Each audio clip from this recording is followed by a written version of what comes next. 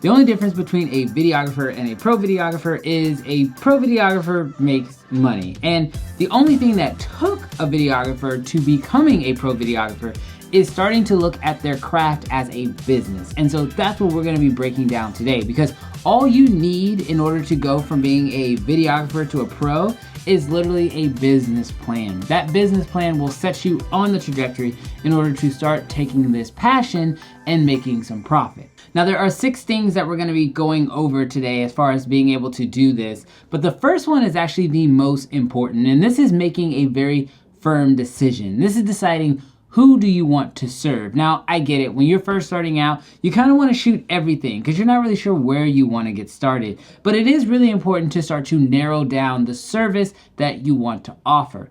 Take a landscaper, for example. There are landscapers who handle homes. There are landscapers who even niche down further and just do backyard renovations. But then there are landscapers who only service commercial properties. See, depending on what type of industry you want to serve, you could be cutting grass, but there's so many different types of lawns you can be taking care of, and the same thing applies for video. You see, it's important to recognize, do you want to be a wedding videographer? Do you want to do music videos? Do you want to do corporate videos? Do you want to shoot documentaries? Because depending on who you choose to serve is going to drastically change your trajectory along the path. Now, there is something to having multiple areas of focus, but when you're just getting started, pick one area and niche down. Now, the second thing you want to do for your business is to build a portfolio. The nice thing about video is nobody cares how long you've been doing it. No one cares if you have a degree in it. No one cares really what you know. They only want to see what you can make. And your portfolio is everything. Sure, if you have a nice resume, that can sort of help. But if your portfolio is trash and your resume is great, no one cares. The same way, you can have an amazing portfolio and a trash resume, and they'll still hire you because your portfolio is king. So how do you go about building a good portfolio? Well, the first thing is keep it simple. Put the work on there that you are hoping to get hired for.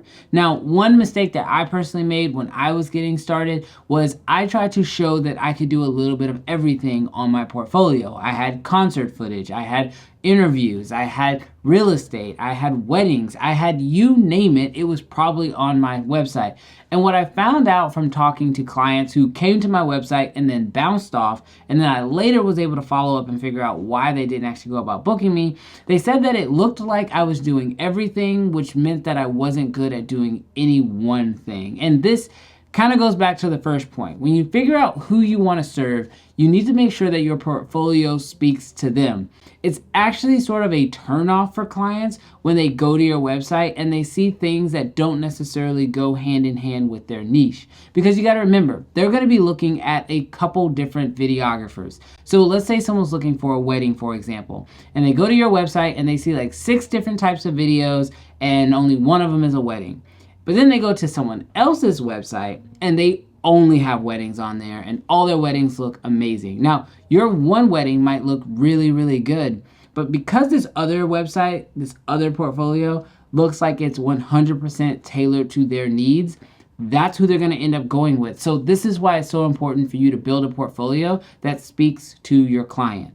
Now, the third thing that you need to make sure that you're doing as a business is you are actually establishing yourself. Now, when it comes to establishing yourself, there are tons of different ways that you can do this, and I've actually covered a lot of these topics in another video, but what's most important is that you actually do it. It's important that you go ahead and get your DBA or your LLC or however you choose to establish yourself. You go ahead and get your actual EIN number so you can set up a bank account and you can make yourself a fully established business.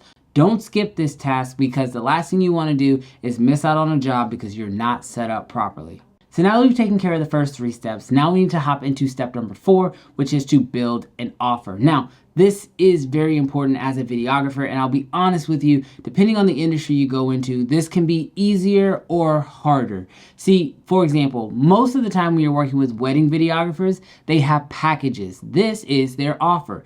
They are gonna shoot for this long. They're gonna provide this many edits, and this is the offer that they're actually selling to potential clients. For weddings, easy. However, when you start getting into the world of custom-made videos or commercial style videos where there's so many different variables, it's really hard to come up with that offer. Now, I'll give you a hint. The offer is not your video because people don't buy videos. People buy solutions to their problems. So you need to figure out an offer that you can offer up to potential clients that is going to help them solve a problem. That problem might be as simple as, I want to be able to relive my wedding day in the form of videos. So boom, there's your offer. You're going to offer them wedding videos. That's solving that problem. Or your offer could be, I make marketing videos that help you sell XYZ widgets. And so this is the offer. Now, what's important about this offer is not only do you need to know what it is, but you need to be able to speak to it. So know exactly what this offer includes. How many deliverables, how long of shooting, what is the budget gonna look like, how long is it gonna take for you to edit it. These are all things that come together to make up this offer. The difference between a good videographer and a bad videographer when it comes to running the business is understanding what they are offering. If you don't know what you're offering, you're not gonna sound confident on the phone and you're not gonna be successful. But if you know exactly what you're offering, you know exactly how to speak to it, then they know they're gonna be hiring the right guy or gal for the job. So with number 4 out of the way, let's hop into number 5, which is all about contracts. Now, I know you might be thinking to yourself, well, do I really need a contract? Yes, you always want to have everything in writing. And the main reason why you want to do this isn't even just to protect yourself, but it also protects your client and it makes you look way more professional. It makes the client feel like they are working with someone who's actually going to own up to what they say they're going to be doing. At the end of the day, you're providing a service and they are giving you funds for that service.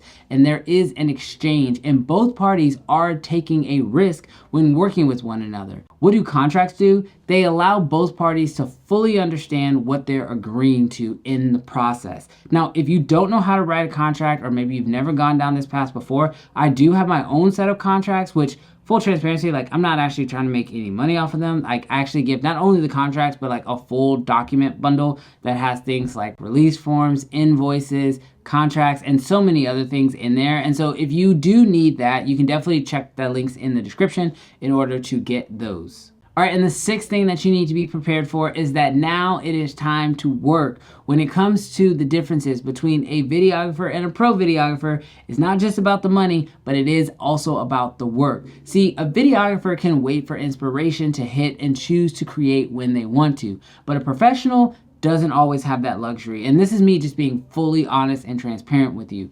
When you have clients that are waiting for you to get an edit done, when you have clients that are expecting you to show up on a specific day and be ready to shoot, you can't sit around and wait for inspiration. You have to be able to work in a professional environment.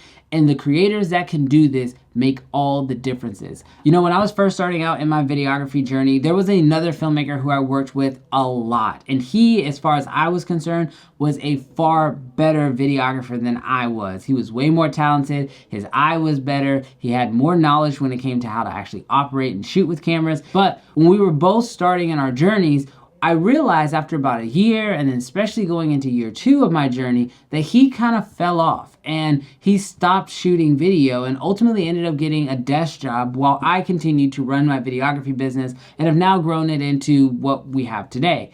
And when I went back and talked to him after a couple years, one of the things that he mentioned to me was that he could never get the business stuff right. He never figured out how to invoice his clients. He never figured out how to actually talk to them and find them and then give them their deliverables at the right time. And it just got to a point where he just couldn't do it.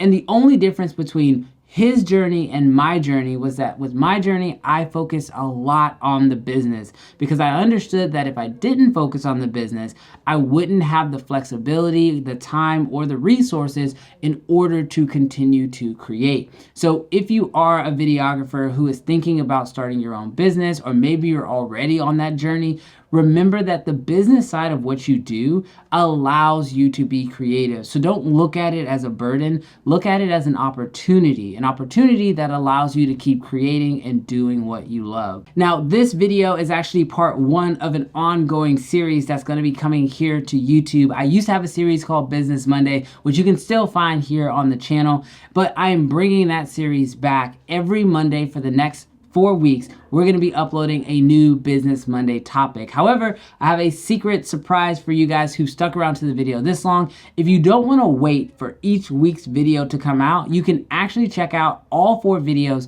right now over on thecreativefamacademy.com. Over on the Creative Fam Academy, not only do I have these videos, but I also have tons of other training content, and we're always adding new content every single month. In fact, this month we not only just added these Business Monday videos, but we also just added a new job shadow, a new test pilot for a show that we've been working on, and we also just added a live video coaching that I did talking about how I grow on YouTube. So if you are interested in this business content as well as tons of other content, then I strongly recommend you check out the Creative Fam Academy. Links are in the description. But thank you guys so much for checking out this video. And if you don't go over there, I guess I'll see you next week where we'll be talking about some more fun business topics. Until then, I'll catch you in the next one.